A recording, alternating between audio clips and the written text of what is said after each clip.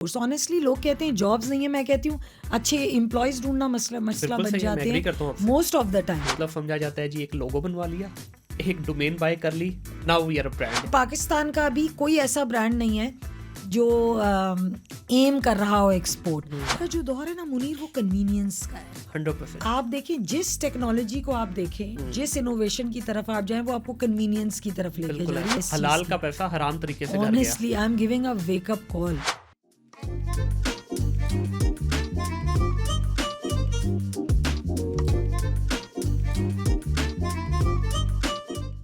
अस्सलाम वालेकुम ख़वातीन और हज़रात, welcome back to another podcast of Think Digital. My name is Munir Ahmed. Today I have invited a very special guest. ये special इस वजह से हैं कि आज जिस टॉपिक के ऊपर मैं डिस्कशन करने जा रहा हूँ, ये एज ए नेशन बहुत ज़्यादा बड़ा गैप है हमारे पूरे के पूरे मुल्क के अंदर। जब हम देखते हैं जी, मैं बात कर रहा हूँ ब्रांड बिल्डिंग की, तो ब्रांड बिल्डिंग इनकी स्पेशलिटी है, मार्केटिंग इनकी स्पेशलिटी है। मैं बात कर रहा हूँ जनाब मिस रेहाना राजपूत साहिबा की। अस्सलाम वालेकुम। अस्सलाम वालेकुम। कैसी हैं मैम आप? मैं ठीक बिल्कुल हैं ठीक मैम, हूँ। बहुत शुक्रिया आपका तशरीफ़ लाने के लिए, और Thank you इंशाल्लाह so will have a very much. Very fruitful discussion in the podcast. इंशाल्लाह। ये एक ऐसा टॉपिक है जो मेरे दिल के बड़ा करीब है, और मैं ये समझता हूँ कि इसके ऊपर जितनी हम ज़्यादा से ज़्यादा बात करेंगे Of course. उतना ही हमारी सोसाइटी के लिए बेहतर है। जी जी बिल्कुल। तो why not? इसमें सबसे पहले मैं स्टार्ट लेना चाहूँगा आपकी अर्ली एज के बारे में। कहाँ पैदा हुई, आपकी इनिशियल एजुकेशन कहाँ से थी? I was born in Hyderabad.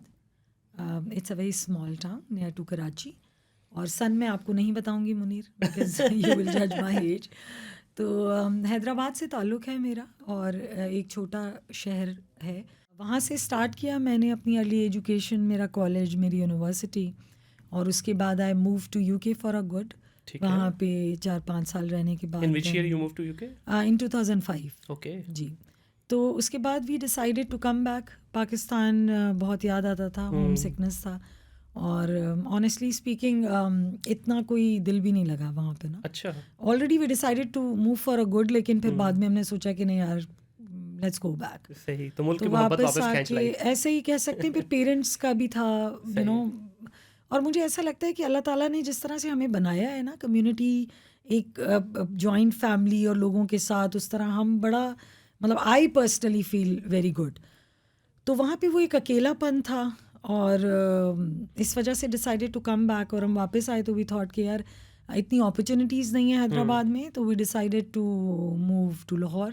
अच्छा, तो हम very good. लाहौर आ गए। अच्छा, यूजली हैदराबाद से कराची तक का सफ़र होता है, लेकिन आप ऑल द वे एक डिफरेंट रीजन के अंदर आई, तो क्या डिफ़िकल्टीज हुई शुरू में? अच्छा, मुझे बहुत लोग ये क्वेश्चन करते हैं कि कराची क्यों नहीं। ऑनेस्टली जब हम मूव कर रहे थे, 2019 की बात है ये, मुझे कराची पसंद है, लेकिन मुझे ऐसा लगता है कि कराची के साथ हमेशा बहुत ज़्यादती हुई है। I love the vibe, I love everything, लेकिन कराची के साथ ज़्यादती हुई है। उसका कोई इंफ्रास्ट्रक्चर नहीं है। मैं क्वालिटी ऑफ लाइफ पे बहुत बिलीव करती हूँ। सही। मुझे ऐसा लगता है कि कॉमन एरियाज़ जब आप देखते हैं अपने माशरे में, सोसाइटी में, तो उनको किस तरह टेकअप किया गया है, वो बहुत इंपॉर्टेंट है।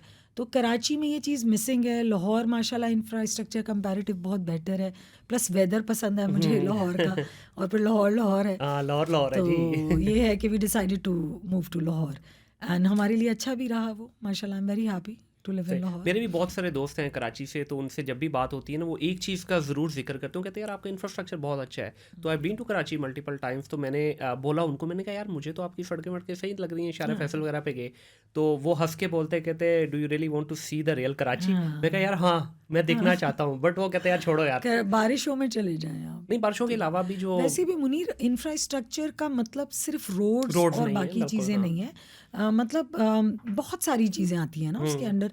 कराची निगलेक्टेड है, आई थिंक। बहुत सारी मैनेजमेंट्स हैं उसको देखने के लिए, तो कोई एक भी up to the mark perform नहीं कर रहा। एंड बिलीव यू मी कि हमारी इकोनॉमी में कराची कितना ग्रेट रोल प्ले करता है। और कराची इस comparative to Dubai, honestly speaking, अगर उसका इंफ्रास्ट्रक्चर आप ठीक कर दें, it's a multi cultural. Karachi जैसा कोई शहर नहीं। अच्छा, I consider Karachi as a backbone of the country, क्योंकि देखें Of course आपकी it हर is. चीज़ वहीं से ड्राइव हो जी, रही है। बिल्कुल। मैं ये कहता हूँ कि इतने हालात वर्स्ट होने के बावजूद अल्हम्दुलिल्लाह देखें सारा कुछ ठीक है। अगर थोड़ी बेहतर कर लें तो दुबई को तो भूल जाएंगे, बॉम्बे को भूल जाएंगे, दो ही जगहों का किया जाता है ना कंपैरिजन। बिल्कुल ऐसे ही है। और आप यकीन जानिए कि अगर हम ब्रांड के पॉइंट ऑफ व्यू से देखें, या अगर मैं एज अ प्रोफेशनल बात करूं, सो कराची का बायर इज सो अमेजिंग। बिल्कुल दे आर वेरी कॉन्सेंट्रेटेड किस्म का डिसीजन मेकिंग होता है उनका, ऐसे ही है। And they are very very good, prompt भी हैं बहुत। पर्टिकुलरली लाइफ कराची की कहा जाता है कि बड़ी फास्ट है बड़ी compare to fast all the other region. बिल्कुल, वो आपको महसूस होगा जब आप वहाँ पे जाएंगे, यू विल फील दैट। बिल्कुल ऐसे ही है। बट स्टिल मतलब चूंकि मैं लाहौर में रहती हूँ तो I love Lahore, but again मुझे हर शहरी पसंद है। सही। हम एज अ पाकिस्तानी तो यही सोचते हैं, हम वी डोंट कंपेयर इन अ वे कि नीचा दिखाना, वी कंपेयर इन अ वे कि कराची भी बेहतर होना चाहिए। बिल्कुल बिल्कुल जिस ऐसे तरह ही है, लाहौर ऐसे का ही है। इंफ्रास्ट्रक्चर है, यहाँ पे जितना ड्रेनेज का सिस्टम अच्छा है कि बारिशें होती हैं, बहुत होती हैं, जी। बट हमें इतने हैजल्स नहीं होते True. जितना कराची को लोगों को मुसीबत उठानी बिल्कुल पड़ती है। तो ऐसे ही है। वहाँ पे फिर दुख होता है कि मतलब क्वालिटी ऑफ लाइफ होना चाहिए कराची के अंदर। अच्छा, मुझे ये काइंडली बताइएगा कि आपने अपनी जो एजुकेशन है, क्या वो भी आपकी इसी ब्रांड बिल्डिंग, मार्केटिंग और इसी उसमें है, या एजुकेशन आपकी डिफरेंट है, देन करियर इज डिफरेंट? अच्छा मुनीर, मेरी बहुत इंटरेस्टिंग है वो। आई स्टार्टेड नॉर्मल जो हमारा होता है, मतलब मैंने ग्रेजुएशन किया। उसके बाद पहले तो घर वालों का बहुत प्रेशर था कि जी डॉक्टर बन जाएं, लेकिन मुझे कभी भी शौक नहीं रहा डॉक्टर बनने का। लेकिन मैंने कमीशन दिया पाकिस्तान एयरफोर्स में 2004 में, वो मैंने क्लियर किया। Okay. वहाँ पे मैं जाना चाहती थी, लेकिन मैंने उसको कंटिन्यू नहीं किया क्योंकि मेरी शादी हो गई सही। 2005 में। तो आई नेवर डिसाइडेड कि मुझे करना क्या है। I was so much in believe with अल्लाह कि मुझे था यार कुछ ना कुछ तो बेहतर है। बिल्कुल। सो आई डेडिकेटेडली मैं चीज़ों को लेके चलती रही। मार्केटिंग, मुझे लगता है स्टैटिकली ख़वातीन वैसे ही स्ट्रांग होती हैं, अल्लाह ताला ने उनके अंदर एक स्टैटिक्स बिल्ट इन होती हैं बंदों के मुकाबले में। तो मार्केटिंग मुझे लगा कि it's some kind of field जिसमें मैं परफॉर्म कर सकती हूँ, लेकिन मैंने मार्केटिंग को भी नहीं पिक किया। सही। I choose in retail. अच्छा। सो अब ये एक ऐसा, मोस्ट डिफिकल्ट जी पार्ट। बिल्कुल। एंड यू नो जब मैंने when I started working in retail तो it's complete male oriented job था उस True, वक्त। अब तो true. बहुत सारी लड़कियां माशाल्लाह and they are doing great, इतना अच्छा काम कर रही हैं रिटेल के अंदर और सेल्स के अंदर। जी। लेकिन जिस वक्त बैक इन 2016 आप कह लें या 15 कह लें, सो तब इतना कोई ज़्यादा था नहीं कि मतलब ख़वातीन सेल्स में आए या रिटेल में आए। बिल्कुल। सो आई चूज़ दैट फील्ड। मैंने बोला यार इंटरेस्टिंग भी होगा और मज़ा भी आएगा, चैलेंजिंग भी होगा। सो इस तरह से फिर अब चूँकि मैं रिटेल में हूँ तो मेरी एक्सपर्टीज़ जो हैं वो और ज़्यादा ग्रो की हैं मार्केटिंग की। सही। So of course I consider myself as a marketing person and retail person. तो ये दोनों चीज़ें कहीं ना कहीं सिंक भी होती हैं एंड यू नो कहीं ना कहीं इंटीग्रेटेड भी हैं। सही। So this is how I am. तो when exactly you have started your first job? अगर प्रोफेशनल करियर की बात की जाए तो from 2005 I started. Okay. I started working with KFC international, that was in Wellingborough. Right. और वहाँ पे मैंने एज अ कैशियर ज्वाइन किया था। ठीक है। सो वो मेरा आप कह लें, उससे पहले I used to teach. Okay. I taught in my own university जब मैं हैदराबाद में थी, फिर और इदारों में मैंने भी पढ़ाया। लेकिन जो जिसे आप प्रोफेशनल करियर कहेंगे कि जिसे रिटेल से रिलेट करेंगे, तो that was from 2016 and that was from KFC। ठीक हो गया। अच्छा, उसके बाद आप किस साल में पाकिस्तान वापस आई यूके से? मैं पाकिस्तान 2019 में 2019 में आई। तो वहाँ के कल्चर में और यहाँ के कल्चर में देखें 5-6 साल इज़ सफिशिएंट टाइम किसी भी आप कंट्री में लगाते हैं। तो जब आप वापस आए तो उस वक्त आपको हालात में कोई डिफरेंस नज़र आया कल्चर में, स्पेशली जो वर्किंग कल्चर है, मैं प्रोफेशनलिज्म की बात कर रहा हूँ? देखिए वर्किंग, मैं पहले भी अपनी एक हमारा सेशन था उसमें बात कह चुकी हूँ कि पाकिस्तान में जब आप घर जाते हैं आप जहनी तौर पे थके हुए होते हैं। बाहर की कंट्रीज़ में आप घर जाते हैं फिजिकली तौर पे थके हुए होते हैं, क्योंकि यहाँ पे मुझे ऐसा लगता है कि स्ट्रेसेस बहुत हैं, वर्क स्ट्रेसेस बहुत है, वर्क डाइवर्सिटी भी बहुत है, but which is very very positive. लेकिन अगेन स्ट्रेसेस बहुत है, कल्चर का डिफरेंस है, बिल्कुल है, वर्क टेकअप करने का भी डिफरेंस है। यहाँ तो प्रोविंसेस में ही इतना डिफरेंस है, कराची और लाहौर को अगर देखा जाए तो अगर हम यूके को कंपेयर करेंगे तो there is a difference, yes of course. तो उसको कैसे कॉप अप किया आपने? क्योंकि मुश्किल होता है जब आप, क्योंकि आपका मुझे करियर... आसान लगा यहाँ पे काम करना। उसकी वजह मुनीर ये है कि वहाँ पे एक तो work discipline is very important, बिल्कुल। Timings are very important, deliverables, timelines, everything is like so sharp. Pakistan में ये कि आप कर लेते हैं चीज़ें कि हो जाएगा, लेकिन मैं पता क्यों ये पूछ रहा हूँ, क्योंकि मैं खुद बाहर रह के आया हूँ। जब बाहर आप रहते हो ना, 5-10 साल रह लेते हो, तो आप हैबिचुअल हो जाते हो उस पंक्चुअलिटी का, उस प्रोफेशनलिज्म का। यहाँ आते हो तो हर बंदा, स्पेशली टाइम मैनेजमेंट की तो बैंड बजाई हुई है हमने। हम तो कहते हैं कि, और टाइमलाइंस की भी इतनी कोई इंपॉर्टेंस नहीं जाती है हमारे। और ख़ास तौर पे जितना बड़ा बंदा होगा वो डेलिबरेटली उतना लेट आएगा कि ताकि मेरी रिस्पेक्ट बढ़े। आई डोंट नो, ये माइंडसेट क्यों है, लेकिन ये है। बिल्कुल। मुझे आसान काम पाकिस्तान में करना इसलिए लगा कि इतनी कोई हार्ड एंड फास्ट प्रेशर्स हाँ, नहीं वो तो नॉर्मली बिल्कुल सही क्रिएट है। होते हैं। आप मिडिल वे निकाल ही लेते हैं चीज़ों का ना, लेकिन बाहर का डिलीवरेबल्स और उसके साथ साथ टाइमलाइंस ये बड़ी एग्रेसिवली मॉनिटर की जा रही होती हैं। और उसके साथ साथ मुनीर, जो एक अप्रेजल का सिस्टम है ना, वो मुझे बहुत पसंद है कि पूरा साल आपको मॉनिटर किया जा रहा होता है, मंथली बेसिस पे, वीकली बेसिस पे, फिर उसके बाद जाके आपका कहीं अप्रेजल जो है वो कंडक्ट किया जाता है। पाकिस्तान में इसके बरक्स है। पाकिस्तान में आप पूरा साल तो मॉनिटर नहीं करते, कर भी रही हैं। आई एम नॉट सेइंग कि मैं जो बात कर रही हूँ वही हो रहा है। हम सिर्फ वो बात करें जहाँ पे एरिया ऑफ इम्प्रूवमेंट्स की ज़रूरत जी है। बिल्कुल। कंपनीज बहुत अच्छा भी काम करें, बहुत अच्छे एम्प्लॉयर्स भी हैं। माशाल्लाह हम भी अपनी कंपनी को बड़े अच्छे स्टैटिक्स के साथ, मतलब अच्छे एथिक्स के साथ लेके चल रहे हैं।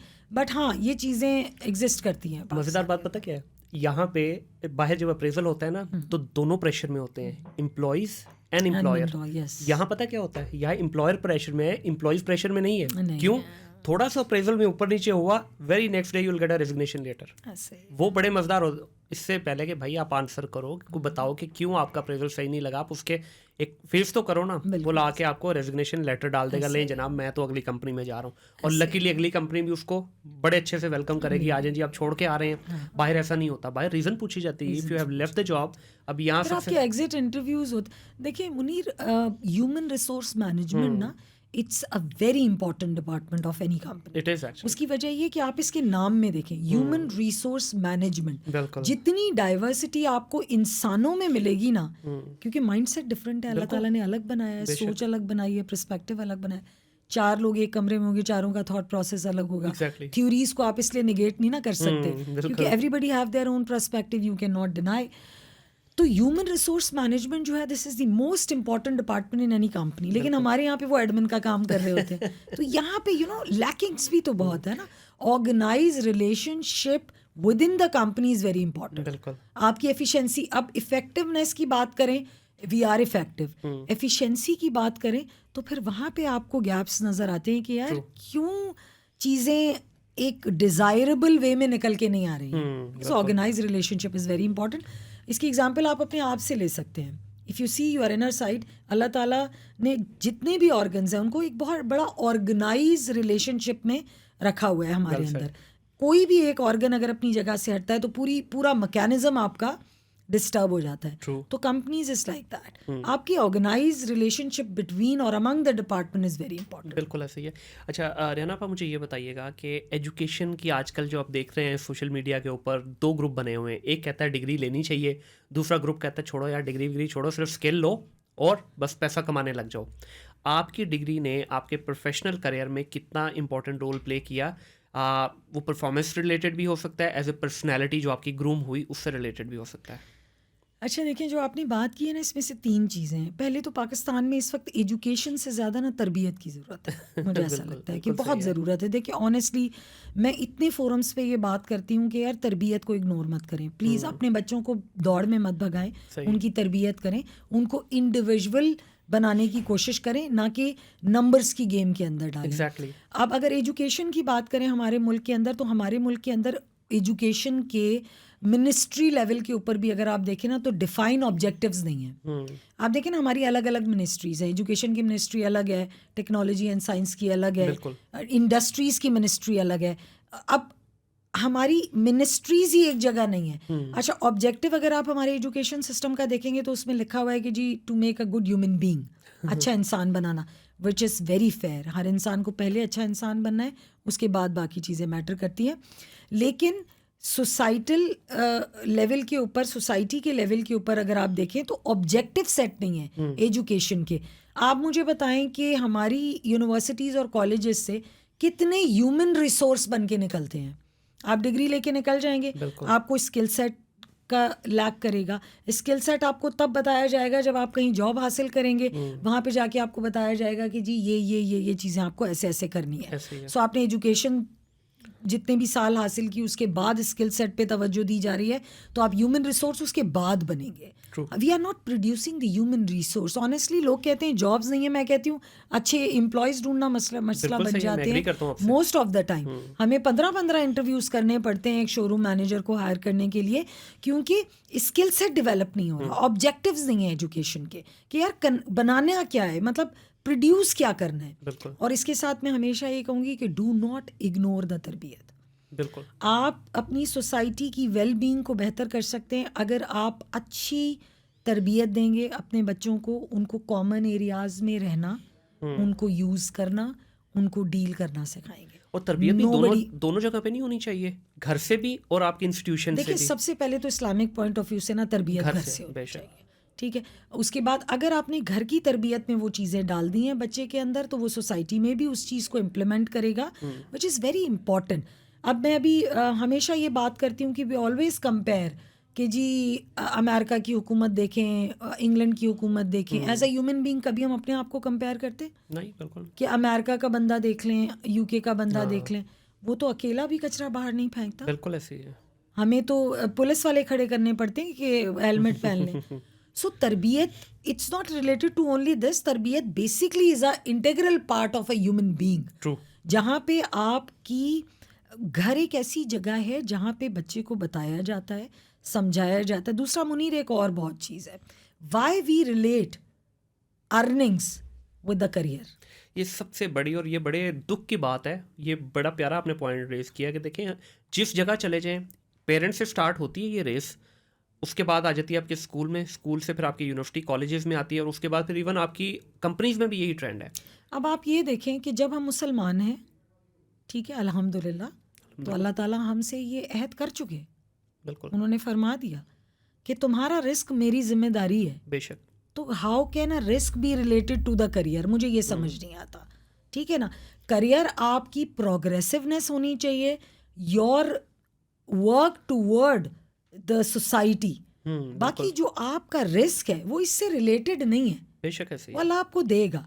डॉक्टर बन के ही कामयाब नहीं हो सकते आप टीचर बन के भी हो सकते हैं, आप घर बैठ के भी खुदा की राह में. बहुत लोग हैं, कुछ लोग जल्दी फेम की तरफ भागते हैं. फेमस तो तारिक जमील साहब भी हैं. बेशक ऐसे. तो मतलब अगर आपको फेम आपका मकसद है, आप मेहनत करें, ज़रूरी नहीं उसके दूसरे रास्ते इख्तियार करें, बट अपनी अर्निंग्स को खुदारा अपने करियर के साथ रिलेट, एजुकेशन के साथ. This is something really very different. बिल्कुल. अगर आप इसको रिलेट करते हैं, इनसिक्योर होते हैं, तो खुदा ना खास्ता ये तो अच्छी बात नहीं है. बिल्कुल. आपका प्रॉमिस है, अल्लाह का प्रॉमिस है हमारे साथ. आप उस चीज़ से इस चीज़ से निकलेंगे तो प्रोग्रेसिव की तरफ जाएंगे ना. जब हम आटे दाल चीनी में ही फंसे रहेंगे कि यार वो कैसे करना है, उतना अमीर होना है, उतना अमीर कैसे हो सकते हैं. अल्लाह की तकसीम को आप नहीं चेंज कर सकते, वो सिर्फ खुदा के हक में. हाँ, खुदा आपको ज़्यादा दे सकता है आपके अमल को देख के, लेकिन जो लिखा है मिलेगा वही, चाहे आप चांद पे चले जाएं. सो ये तसल्ली, ये भरोसा, ये यकीन आपको सुकून की तरफ लेके जाता है. तो ये तरबियत से आता है आपके अंदर ना. हमारी माएँ क्या सिखाती हैं बचपन से. मैं अगर अपनी माँ की भी बात करूँ, हमें तो लंच बॉक्स पैक करके देते तो माएँ बताती हैं कि किसी से शेयर ना करना. ये आपने देना नहीं है किसी को, ये बेटा आपके लिए. या ये क्या सिखा रहे हैं हम. मतलब शेयरिंग इज केयरिंग. बड़ा होके गोरा उसको बता रहा है, आप उसको इंग्लिश मीडियम भेज रहे हैं, वो गोरा उसको सिखा रहा है शेयरिंग इज केयरिंग. तो माँ ने बताया था कि बेटा ये तो आपके लिए अच्छी चीज़ खुद खानी है तुमने. देखिए ये ब्रांड बिल्डिंग, जिस तरह हम कहते हैं ना कि ब्रांड को चलाने के लिए, इसी तरह human building is also very important, जो घर से शुरू होती है. और ये मतलब बच्चों के अंदर डालनी नहीं होती, ये उनको एग्जीक्यूट करके दिखानी होती है. अच्छा, आपको लगता है कि कुछ ये हालात की भी वजह से इस तरह की सारी चीज़ें हुई हैं? जिस तरह छोटी सी एक मिसाल दूंगा आपको. आपने बात की कि बच्चे को हम सिखाते हैं कि शेयर नहीं करनी. अब रोड पे कोई खड़ा है, कोई लिफ्ट मांग ली, हम ये सोच के लिफ्ट नहीं देते, यार पता नहीं कैसा होगा. तो कुछ हमारे शायद हालात भी तो हुए ना रियाना पर इस तरफ, जिसकी वजह से शायद हम थोड़ा सा अंदर से खौफजदा भी हैं. बिल्कुल सही कह. देखिए वेरिएशन और एक्सेप्शन सब जगह है. मैं बात कर रही हूँ बेसिक्स की. बिल्कुल. आप अपने बच्चे को शेयरिंग इज केयरिंग सिखाएं, ठीक है, लेकिन उसको अवेयर रहना भी सिखाएं. ठीक है. यू कांट से कि जी चलो बेटा जो दिल करता है करो. बच्चों के साथ 12 साल तक इट्स अ कॉन्टिन्यूस प्रोसेस. 12 साल तक पेरेंट्स की जिम्मेदारी है कि उन्होंने अपने बच्चों को सही गलत का फैसला। अच्छा, दूसरी बात ये कि इस्लाम में अगर आप, या दुनिया में, मैं तो समझती हूँ कि दुनिया है ही नहीं अगर दीन नहीं है तो। बिल्कुल। मतलब ये तो हमने बनाया हुआ ना कि यार दीन और दुनिया, दीन और दुनिया, ये क्या है? What do you think why people से दीन और दुनिया को लेके चलें? क्या मतलब है इस बात का? I do not agree with this concept. दीन है ही दुनिया के लिए। बिल्कुल। इस्लाम अल्लाह ताला ने किसके लिए उतारा है? दुनिया के लिए। तो ये तो एक ही चीज़ हो गई। तो आप कैसे इसको डिफ्रेंशिएट कर रहे हैं कि दीन और दुनिया, दीन और दुनिया? क्या दीन और दुनिया? आपने अपने आप को एग्जिस्टिंग मुआशरा और एग्जिस्टिंग टाइम के साथ लेके चलना है, लेकिन लिमिटेशंस खुदा की हैं, बेशक, हदूद अल्लाह की है। उससे तो आप बाहर नहीं ना निकल सकते। बिल्कुल। अब दीन और दुनिया के चक्करों में सूद लेना शुरू कर दें कि जी दीन और दुनिया, क्या मतलब इस बात का? दीन इज फॉर दुनिया, बिल्कुल, दीन is for us. So you can not differentiate कि दीन और दुनिया दोनों साथ, ये एक चीज़ है।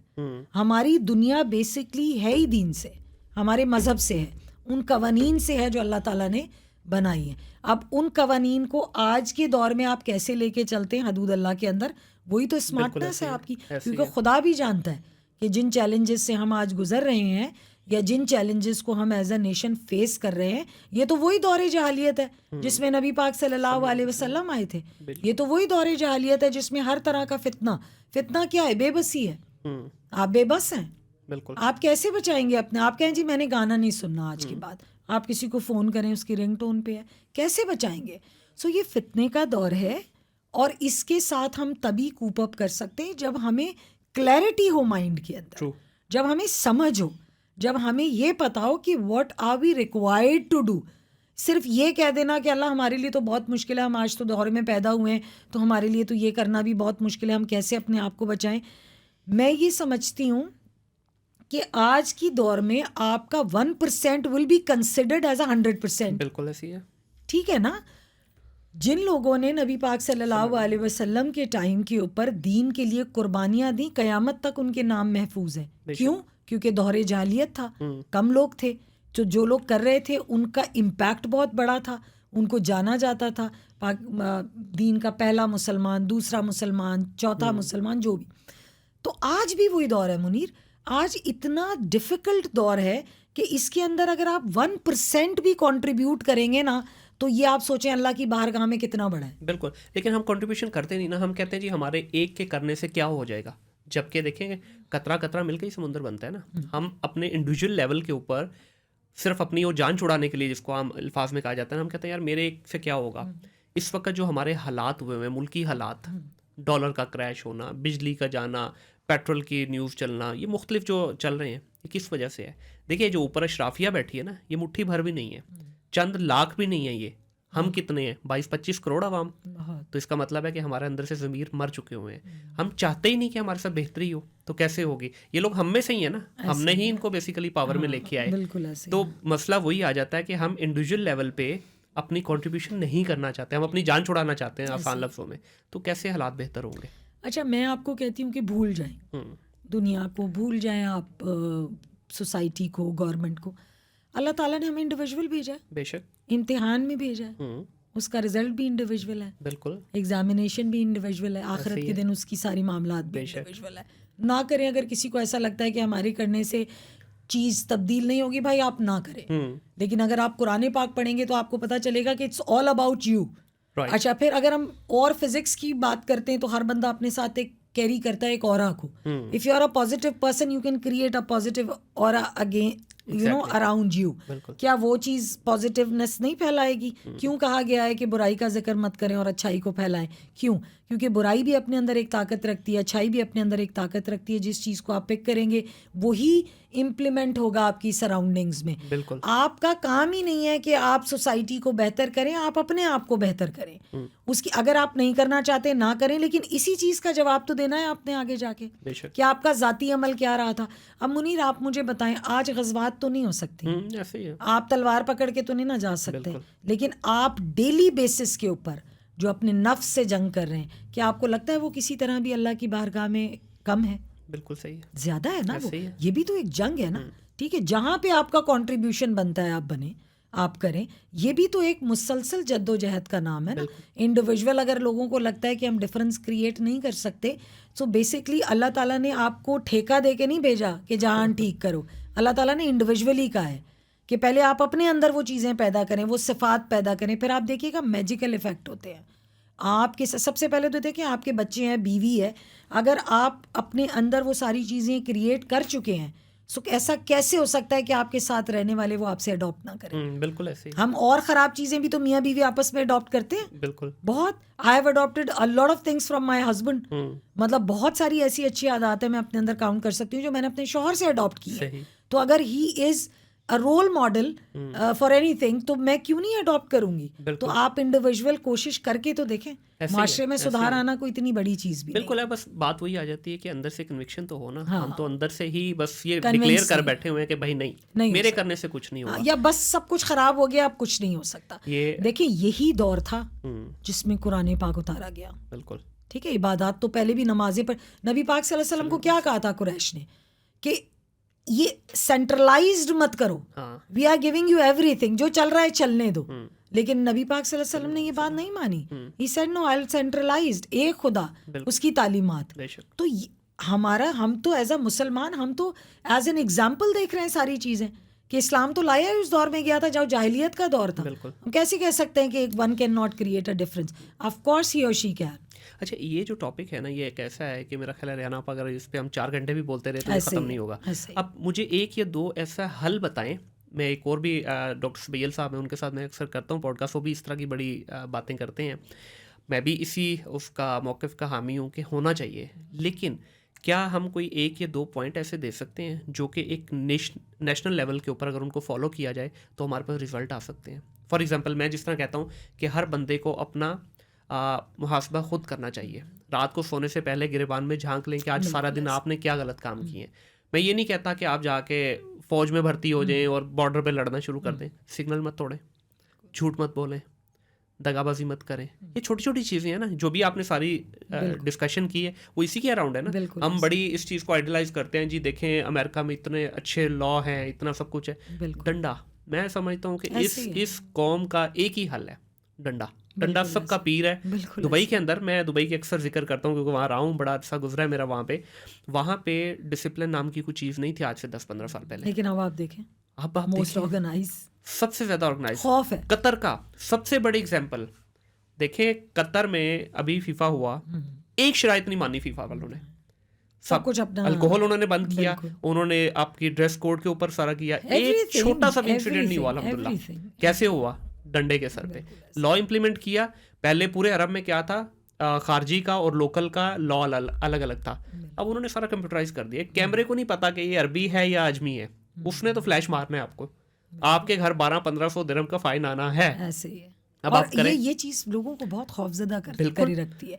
24 घंटे। अच्छा मुनीर, मैं तो एक बिल्कुल सिंपल यकीन जाने में बहुत जगहों पे ये बात कर चुकी हूँ कि देखें बहुत लंबी चौड़ी कोई रॉकेट साइंस नहीं है, कोई रॉकेट, इट्स सो इजी। ये सिर्फ आपका माइंडसेट है और आपको अंदर इस चीज़ को यकीन में लेके आना है, तवक्कल बढ़ाना है। देखें जिन चीज़ों का खुदा ने वादा किया है ना आपसे, आपके रिस्क का, आपकी ज़िंदगी का मतलब मौत का, और आपकी शादी, और जो भी अल्लाह ताला के वादे हैं उनके ऊपर अपना यकीन ले आए। बिल्कुल ठीक है, इन चक्करों से निकलें बाहर। मैं ये कहना चाहती हूँ और जो आपके दिए हुए काम है, खुदा ने कहा है फसाद नहीं मचाना मेरी दुनिया में जाके। अब फसाद कैसे? आप कोई बॉम्ब ब्लास्ट तो नहीं ना कर रहे, लेकिन आप अपनी सराउंडिंग में देख लें, आपको ऐसे लोग मिलेंगे कि वो किस तरह लोगों की ज़िंदगी मुश्किल किए हुए हैं। ठीक है, आसान करें लोगों की ज़िंदगी, मौत के खौफ से बाहर आ जाएं। ठीक है, अभी मैं सुन रही थी एक लेक्चर साहिल साहब का, तो मुझे बड़ी अच्छी लगी बात कि फ़ौज में बच्चों को भेज के माएँ, जंग जब चल रही होती है तो फिर वो मुसल्लों पे बैठ जाती है। मतलब आपने जिस चीज़ के लिए अपने बेटे को फ़ौज में भेजा है, जब उसका मकसद फुलफिल होने आया है तो आप फिर दुआएं करेंगे अल्लाह मेरा बेटा बचा ले। मौत के खौफ से निकलें प्लीज़, मौत बरहक है। हमारे यहाँ पे हल्का सा खांसी जुकाम हो जाता है तो जी लोगों को लगता है हम मरने वाले। मौत के खौफ से निकलें, मौत बरहक है, जिस दिन आनी है उस दिन आपको आएगी, इसके खौफ से निकल जाएं प्लीज़। और दूसरी चीज़ पे आप रिस्क के खौफ से भी निकलें ना यार, निकलें प्लीज़ रिस्क के खौफ से। क्यों आप इनसिक्योर हैं, आप अपने बाप पे कभी डाउट करेंगे कि वो आज मुझे खाना नहीं देगा? जब आप छोटे थे आपने कभी सोचा कि यार पता नहीं मेरे फादर मुझे कल परसों खाना देना दे, मैं जमा करके रख लूं? Will you do that? तो खुदा के साथ कैसे किया जा सकता है ये? क्यों कर रहे हैं हम लोग? क्यों हम 20-20 साल की प्लानिंग को, भाई किसने कहा है बच्चों के लिए ये सिक्योर कर लें, बच्चों के लिए घर बना लें, बच्चों के लिए? भाई आपका बच्चा खुदा का बनाया हुआ एक इंसान है। मुझे ये समझ नहीं आती कि लोग इतना तरस खा रहे होते हैं, फलाने की माँ मर गई, ओहो अब इसका क्या होगा, और वो जो ज़ात ऊपर बैठी है। बिल्कुल, मैं तो बल्कि ये कहता हूँ कि जो आपने शुरू में बात की ना, बच्चे को काबिल इतना कर दो भाई, उसकी तरबियत इतनी अच्छी कर दो कि वो आपसे बड़ा बने कल को। हम उस तरफ देखते नहीं है, हम कहते हैं जी उसके लिए ये प्लॉट ले दें, ये इसके लिए घर बना दें, ये इसके लिए फ्लैट, हम इससे आगे नहीं निकल रहे। बिल्कुल, मतलब हम अपने तौर पे सिक्योर करते हैं अपने बच्चों की लाइफ फाइनेंशियली। बिल्कुल, Who can do other than Allah? No one. बिल्कुल। अच्छा, इसमें एक बड़ी मज़ेदार बात है ना पर हम जब बच्चे को फाइनेंशियली सिक्योर करने की कोशिश करते हैं ना और उसकी तरबियत नहीं करते, कल को जब बच्चा बड़ा होता है और उसके हाथ में आप कंट्रोल देते हैं ना, वो आपके पैसे को इस्तेमाल नहीं करता, उजाड़ता है। देखिए, पैसा उजाड़ना और पैसे का यूटिलाइजेशन प्रॉपरली करना, there is a hell of a difference. हम उसको बताते ही नहीं। कितनी एग्जांपल हमारे पास ऐसी हैं कि 2-2 नस्लों ने मेहनत करके एम्पायर खड़ा किया और थर्ड जनरेशन में वो कोलैप्स कर गया। और बहुत सारी ऐसी हमारे पास एग्जांपल है कि अच्छी तरबियत बच्चों की छोटे बिजनेसेस थे, बच्चे बाहर से पढ़ के आए या यहीं से उन्होंने अच्छी तरबियत ली, उन्होंने एम्पायर खड़े कर दिए तीसरी जनरेशन ने आके। तो हम उस तरफ देखना चाहिए। मुनीर, आपको पता है, आपने ये सुना होगा कि दोज़ख में ज्यादा तादाद खवातीन की होगी। बिल्कुल सुना होगा आपने। अच्छा, अब इसमें अगर आप किसी आम इंसान से बात करेंगे ना, वो आपको बताएगा हाँ यार खवातीन तो बड़ा फैशन करती हैं यार, ये वो। मैं इसको सही नहीं समझती। आपको चीज़ों को बैलेंस लेके चलना पड़ता है। मतलब आपको ध्यान रखना है माशरे की, सोसाइटी के इम्पैक्ट्स और सारी चीज़ों का। तो मैं ख़ुद भी इस चीज़ के ख़िलाफ़ हूँ। ये जो बेरा रवी का एक दौर है, मैं इसके बिल्कुल ख़िलाफ़ हूँ। मैं इसको बिल्कुल प्रमोट नहीं करती। लेकिन मैं ये कहती हूँ कि कपड़ों से निकल आए हैं भाई बाहर, ठीक है? वो किसी की एक ज़ाती कॉल हो सकती है, ठीक है? अब पॉइंट ये है कि ख़वातीन जो ज़्यादा दोज़ख में जाएंगी, उसमें सबसे बड़ा एलिमेंट तो उस तरबियत का है जो वो अपने बच्चों को दे रही हैं। बेशक, ठीक है। हम वुमेन इक्वालिटी की बात करते हैं, तो जो इक्वालिटी नहीं फॉलो हो रही वो कहाँ से आ रही है? वो घरों से आ रही है। ऐसे ही है, घरों से आ रही है। वो वालदा कर रही है, बिल्कुल ऐसे, बहन भाइयों में डिफरेंस कर रही है, वो वहीं से चल रही है। अच्छा, जो ख़वातीन कोशिश करती हैं औरत मार्च के थ्रू कि चेंज लेके आया जाए और औरतों को उनके हकूक़ दिलाए जाएं, तो मैंने तब भी ये बात एक फोरम पे कही थी कि भाई घर जाएं, सोसाइटी को चेंज करें, अपने बेटों की तरबियत पे काम करें। देखिए, मेल जेंडर के साथ ना एक बड़े अरसे तक ज्यादती रही है। आदमियों को पता ही नहीं है उन बेचारों के साथ कितनी ज्यादती हुई है। फेमिनिज्म वाली पार्टी आपके खिलाफ हो जाएगी। नहीं हो जाए, आई डोंट माइंड। मैं आपको बता रही हूँ मुनीर, ये बिल्कुल आप कितनी को हकूक दिला देंगी अगर आप फिक्स नहीं करते। मैं फेमिनिज्म का मतलब, आप पूछें जो जाके औरत मार्च में खड़ी होती है, इनसे जाके पूछे फेमिनिज्म का मतलब क्या है। इनको पता ही नहीं है फेमिनिज्म। मैं खुद बहुत बड़ी फेमिनिस्ट हूँ भाई, मैं एक रियल एग्जाम्पल हूँ। मैं इंडिपेंडेंट औरत हूँ। अब मैं अपनी बात करूंगी, लोग कहेंगे एक्सेप्शन है। नहीं भाई, आपको हर जगह हर घर में एक वर्किंग वुमन मिलेगी और वो इंडिपेंडेंटली। आप मुझे बताएं इससे ज़्यादा इंडिपेंडेंस क्या हो सकती है? कि अभी मैं सुन रही थी, वो हमारे एक मौलाना है, तो वो कह रहे थे कि कौन सा मियाँ है जो बेगम कह दे कि 6 अंडे लाना और वो 4 ले आए। कोई है? ला सकते हैं आप? आपको 6 ही लाने पड़ेंगे। सो ये बात नहीं है। It's just need to understand and fix it. Equality आपको तब मिलेगी जब मेल जेंडर के ऊपर भी काम किया जाएगा। वो बेचारे तो परेशान ही बैठे कि ये हुआ क्या है। उनको एकदम से खवातीन ने उठ के अपने हकूक बताना शुरू कर दिए। इसमें आदमी का कसूर नहीं था। जो तरबियत और जिस बादशाहत के तहत उसको पाला गया है ना, बचपन से कि बेटा तुम्हें ये भी मिलेगा, तुम्हें ये भी मिलेगा, तुम इसमें भी आज़ाद, तुम ये भी कर सकते हो, तुम ये भी कर सकते हो। What is this? तो मैं तो ये सोचती हूँ कि आदमियों के साथ बड़ी ज्यादती हुई है। सही। उनको अब वो अपनी जगह पे खड़े हैं, क्योंकि उनको तो जो तरबियत मिली वो अपनी जगह पे खड़े हैं। वो राइट समझते हैं हर चीज़ में, जो कि अल्लाह ने उनको दिया भी है। Man is greater than a women बहुत सारी चीज़ों में, और बहुत सारी चीज़ों में women is a greater than man. We can't equalize it. दोनों की अपनी अपनी एक्सट्रीम और सुप्रीम चीज़ें हैं दोनों की, बहुत खूबसूरत, और वो मिल के एक यूनिट बनाती हैं जो अल्लाह ताला ने अपनी दुनिया में। देखिए अल्लाह ताला ने मियाँ बीवी से दुनिया बनाई ना, माँ बेटे से नहीं बनाई, बाप बेटी से नहीं बनाई, अल्लाह ताला ने मियाँ बीवी से बनाई। कुरान पाक में अगर आप देखेंगे तो ज्यादा तस्करा मियाँ बीवी का ही किया गया है, ठीक है। तो ये अल्लाह ताला का बुनियादी एक यूनिट था जिससे उसने दुनिया चलानी थी, ठीक है। तो इसके ऊपर मेहनत और इसके ऊपर देखना इज़ वेरी इंपॉर्टेंट कि अगर हम अपने अपने हकूक में लगे रहेंगे कि जी मेरे हकूक उसे, तो यूनिट कैसे बनेगा? बिल्कुल, यूनिट तो देखिए ना, पॉजिटिव नेगेटिव एक वायर बनाती है ना। तो आदमी की एक्सट्रीम खूबसूरती, औरत की एक्सट्रीम खूबसूरती will make a complete unit. तो पहले तो इस चीज़ को समझें। और किन हकूक की बात करते हैं हम? छोटे कपड़े पहनने के हकूक, बाहर आज़ादी से फिरने के हकूक, ये हकूक तो ज़बरदस्ती भी एक्सरसाइज कर रही हैं लड़कियां या ख़वातीन कर रही हैं। ये माशरे में तो सुधार नहीं ला सकते।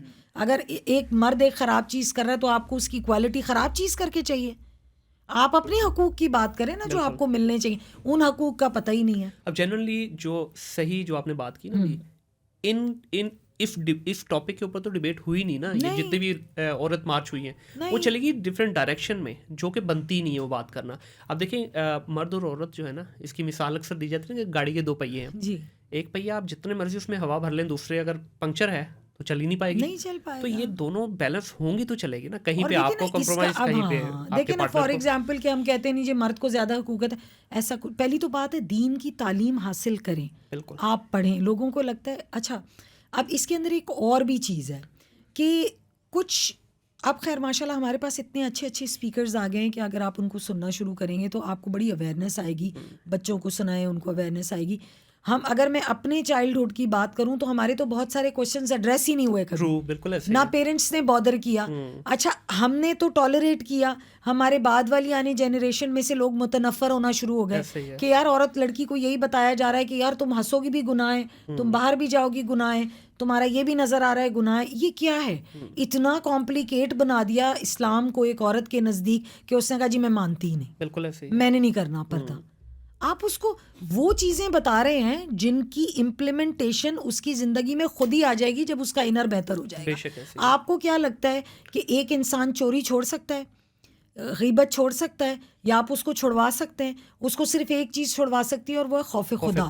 वो अगर उसके अंदर पैदा हो गया तो वो गीबत भी छोड़ देगा, चोरी भी छोड़ देगा, वो जना भी छोड़ देगा, वो हर चीज़ छोड़ देगा। तो खौफ खुदा पैदा करने की कोशिश करें। हम क्या करते हैं, हमें जो नज़र आ रहा होता है ना बज़ाहिर कि यार वो देखो लड़की ने छोटे कपड़े पहन लिए, वो देखो ये हो गया, वो हो गया, ये वो बज़ाहिर चीज़ें, लेकिन इनकी रूट कॉज क्या है?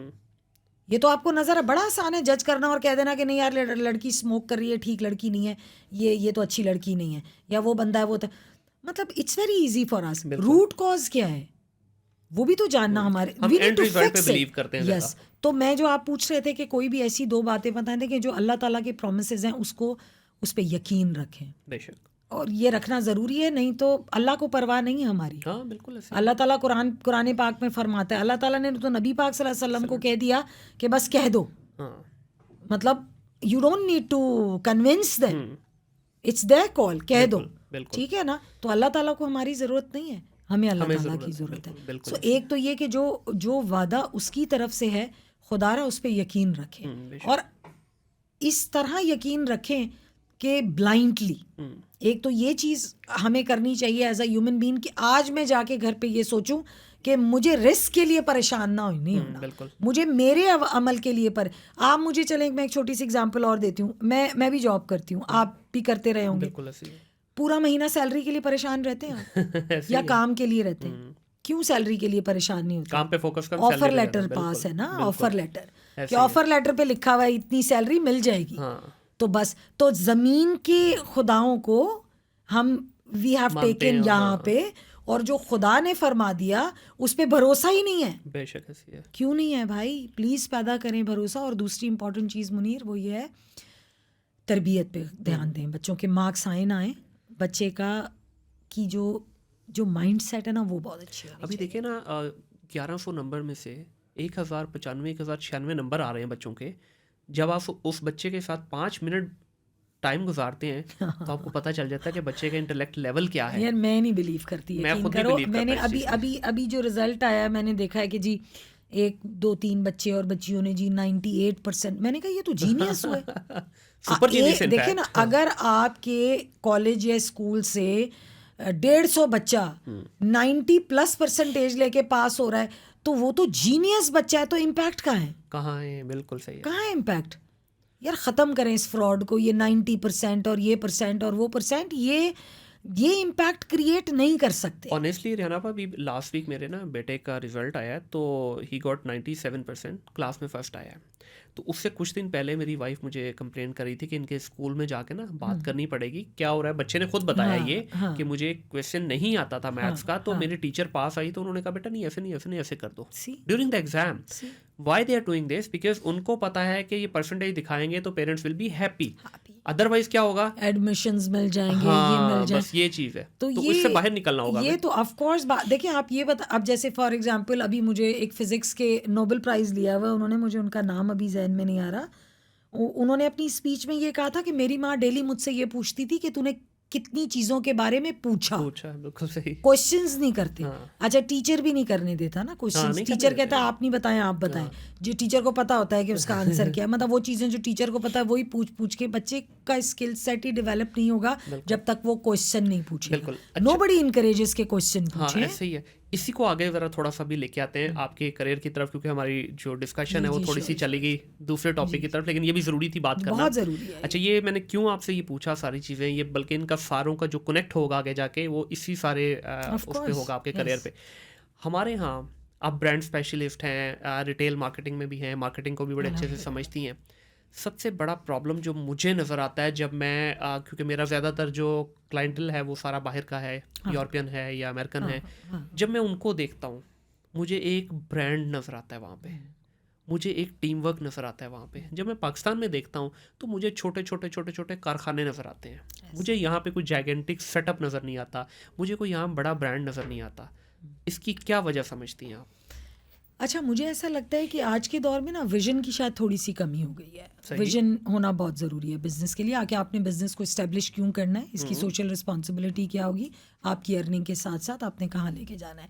ब्रांड बिल्डिंग जो है वो उस तरह से नहीं है। हम पाकिस्तान की बाउंड्रीज तक ही महदूद हैं और यहीं पे, क्योंकि बिजनेस को 100% अगर आप कमाई का ही जरिया बना रहे हैं, सोशल रिस्पॉन्सिबिलिटीज़ नहीं निभा रहे, और बहुत सारी रिस्पॉन्सिबिलिटीज़ होती हैं एक्सपोर्ट करके। हमारा तो हमारे मुल्क की तरफ इस वक्त आप देखें हमारी एक्सपोर्ट्स कहाँ हैं इंपोर्ट के कंपैरेटिव, है ही नहीं। तो nobody is working on that. Subsidy भी मिल रही है गवर्नमेंट की तरफ से, लोगों की तवज्जो नहीं है क्योंकि वो थोड़ा सा मुश्किल है, टाइम टेकिल है, रिजल्ट देर से आने, ये सारी चीज़ें, हार्ड वर्क बहुत करना। हम एज अ नेशन एक तो ईजी चीज़ों की तरफ जाने की कोशिश करते हैं, और दूसरा एक और भी माइंड सेट है कि जी फ़ौरन कमाने वाला चक्कर होता है। कंसिस्टेंट अप्रोच तो नहीं है ना हमारी। हमें ये होता है कि जी अभी ठीक है, ये बहुत अच्छा चल रहा है, चलो ये अच्छा नहीं चल रहा बंद कर लो। इम्पल्सिव डिसीजंस बहुत हैं। इन चीज़ों को अवॉइड करना चाहिए एंड विजन के साथ काम करना चाहिए। आप बिल्कुल ठीक बोल रहे हैं कि पाकिस्तान का अभी कोई ऐसा ब्रांड नहीं है जो एम कर रहा हो एक्सपोर्ट। वैसे मैं आपको बताऊँ, Master Changan, I work for Master, तो they have export, they did export one car वो मुझे अभी रिसेंटली मैंने भी न्यूज़ पढ़ी so हम उस पहली गाड़ी पाकिस्तान से, और इंशाल्लाह ताला we are planning to export furniture also, to be very honest. So my management has that vision, क्योंकि I loved when my MD said once के Rehana we need to contribute towards the society, और हमें करना क्या है कि हमें export करना है। सो आई लव्ड हिज विजन कि यार देखो, मतलब ही इज़ नॉट सेइंग कि इधर भी इतना है, इधर ही करना है और कमाना है, और ये स्पेशली सेड कि जी हमें एक्सपोर्ट करना चाहिए because we are furniture expert. तो हैं ऐसे लोग, और शायद फ्यूचर में लेकिन अब मसला ये भी है ना यहाँ पे मुनीर, क्या वो विजन काम नहीं ना करेगा जो इकोनॉमी की इस वक्त हालात है ना। अब मसला ये किसी को घर तो नहीं ना जलाना, तो ये आपके जो एक्सटर्नल फैक्टर्स हैं वो भी तो डिज़ायरेबल होने चाहिए ना इन चीज़ों को लेके। आप पाकिस्तान के एक्सपेंसेस मीट नहीं कर पा रहे तो आप बाहर ओवरहेड कैसे मीट करेंगे। सो ये चीज़ भी आपको रोकती है। आजकल के हालात तो वैसे ही बहुत चैलेंजिंग है, इतने एक्सटर्नल फैक्टर्स हैं जो आपके बिजनेसेस भी इफेक्ट कर रहे हैं। मुझे बड़ा दुख हो रहा है कि इंपोर्ट जो हमारी बंद है और LCs नहीं खुल रही हैं, जिसकी वजह से काफ़ी सारे डिस्ट्रीब्यूटर्स जो हैं उन्होंने अपने बिजनेसेस क्लोज़ किए हैं। काफ़ी सारी कंपनीज जो हैं जो कि इस वक्त हार्ड टाइम देख रही हैं, और मतलब दे आर सर्वाइविंग। बिल्कुल। सो इस पॉइंट ऑफ टाइम में तो ये वैसे ही थोड़ा सा डिफ़िकल्ट है। आपको क्या लगता है? देखिए, मैं ये समझता हूँ ज़ाती तौर पे इंपोर्ट को कोई भी दुनिया की कंट्री जो है ना वो लाइक नहीं करती, लेकिन लाइक करना या डिसलाइक करना इट्स अ सेकेंड ऑप्शन। पहली ऑप्शन आपके पास ये होनी चाहिए, मिसाल के तौर पे ये कप है, गवर्नमेंट को ये सोचना चाहिए कि क्या पाकिस्तान में ये कप बन सकता है, बन सकता है, यस आप लगाएं, इंपोर्ट पे आप सख्ती करें। लेकिन अगर आप ये समझते हैं, मैं इसकी मिसाल देता हूँ, ये माइक हमारे सामने है, अब लास्ट टू लास्ट वीक हमारे इसमें थोड़ा सा मेल फंक्शन हो गया, तो मुझे पूरे पाकिस्तान में से रोड का माइक नहीं मिला। Can you believe that? मुझे 2 वीक लगे, इधर उधर से लेफ्ट राइट सपोर्ट लेता रहा, नहीं मिला।